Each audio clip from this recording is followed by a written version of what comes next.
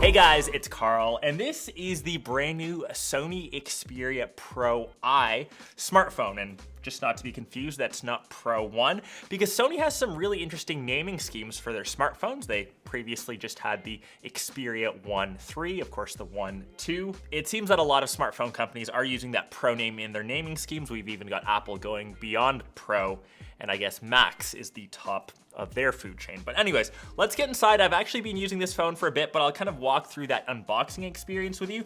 You can kind of also see the Pro I naming scheme on the side, and you can already kind of glance the main feature of this phone. The camera sensor is just massive. Sony tends to kind of focus on their camera systems, and I've always been a fan of the Xperia 1 III. It's actually my favorite Android smartphone, and that's why I was stoked for this to come out. I'm also a big Sony fanboy. I'm shooting on Sony's right now. This was the latest Sony a7 IV, so if you want to see that vid, I'll leave it linked up this way. You'll get the smartphone, a 30-watt charger, and USB-C cable, and just remember, this is a pre-production unit, so Sony did send this to me a tad bit early, so it might change slightly. Most of the features on the phone are working. I believe just the telephoto, which is something that I currently can't test, but this is almost ready for the full release when that does become available. But let's get to the actual phone itself, because I'm really excited to kind of talk about this. And the main reason why I kind of love Sony smartphones, they are so different from what you get from pretty much any other smartphone that you're getting in 2021, 2022. And when you think about it, that's a pretty tough order to ask for, because in the past 5 to 6 years, the design of smartphones haven't really changed too much. You've got the display, you've got the back, you've got the camera, but I'll take my iPhone as a clear example. 5 to 6 years, there hasn't really been too much in terms of a design change, and really you aren't adding any extra features. And that's kind of what I love about Sony. They take perhaps enthusiast features and still tweak them slightly, still of course make a fully usable smartphone, but make it slightly unique that I think techies do really appreciate. So for example, as this phone is centered around the camera, which we'll get to, the rest of the phone is kind of catered to that. So if you look at the actual design, the, I guess, bezeling around the outsides has this really nice textured grip to it, and that's almost for if you're holding a smartphone, you have somewhere to kind of place your fingers. It just makes your phone a lot more holdable, whereas most phones tend to have a piece of stainless steel, a piece of aluminum, even a piece of plastic if you're budget enough, and it does tend to slip out of your hand. So that's the first thing that I love. Sony also has a dedicated shutter button, which really mimics what you've got on actual cameras, and it has this really interesting feedback and tactile feel to it. You can half press it to get focus, just like on a regular shutter, and you'll feel that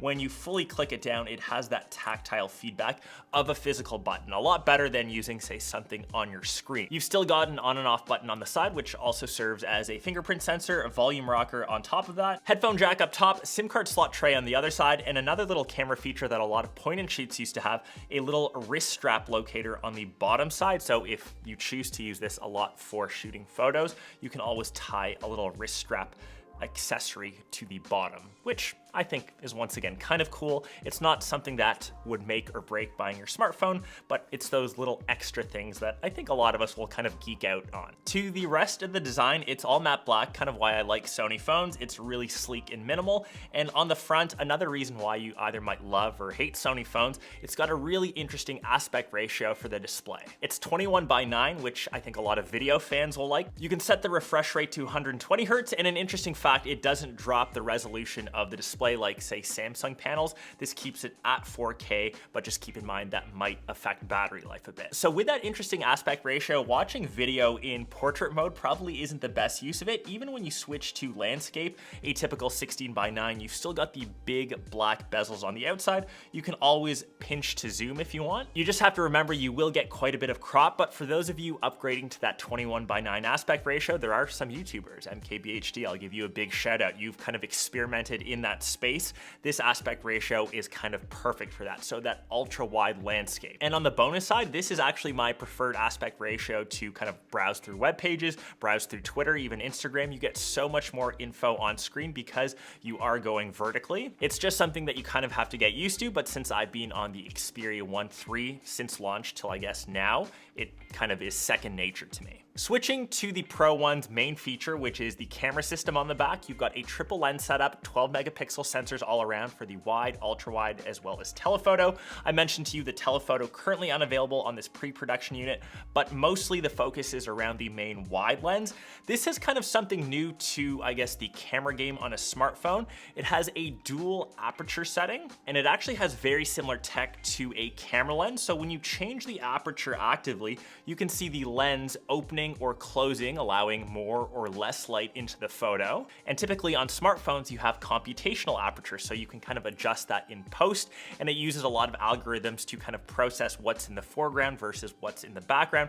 Gives you that bokeh-like effect, but you do have a lot of artifacting. And the Pro I actively adjusts between f2.0 to f4 with the tap of a button, and you can actually see the lens opening and closing when I switch between those two aperture modes. That allows you to get real bokeh, real actual depth of field in each of your shots, and not having to rely on computational photography on simulated bokeh. I know hair is a really big issue with artifacting. Kind of getting those lines from what's in the foreground to background tends to be a bit blurry sometimes. And this is actually one of the first smartphones that does that, and I think this is one of the truest pro smartphone cameras that you can use. So you can change everything from that f-stop to shutter to exposure to focus. It even has its own little dial wheel, just like you'd see on a traditional camera, to select what kind of mode you want to shoot in. The main wide sensor also has the Zeiss T-Star coating, which helps a lot in glare situations. So I'll leave a ton of sample shots here. I'll let you guys be the judge, but I will say this is up there in probably one of the best of the year and kind of going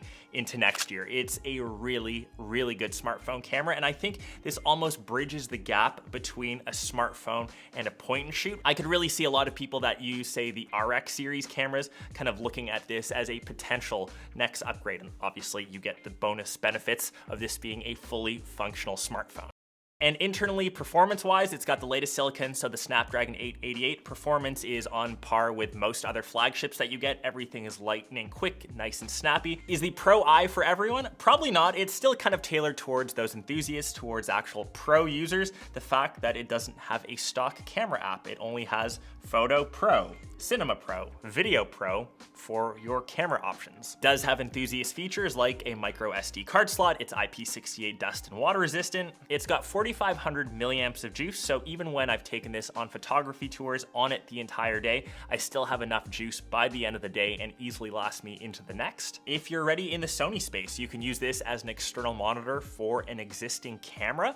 So I do think it's a really specific smartphone, kind of definitely tailored to a specific niche, but it's a niche that I'm kind of in, I kind of love, and I think a lot of you are as well. So definitely holds a place in my heart. So like I said, I wouldn't recommend this to everyone, but I think if you've searched for this video, you kind of already know which side of the camp you live on. So yeah, let me know your thoughts about the Xperia Pro I. Really interesting naming mechanism, kind of tough to keep track of, but I'll let you guys be the judge and let me know if you are picking one up down below in the comments, and I'll catch the rest of you in one of my next vids.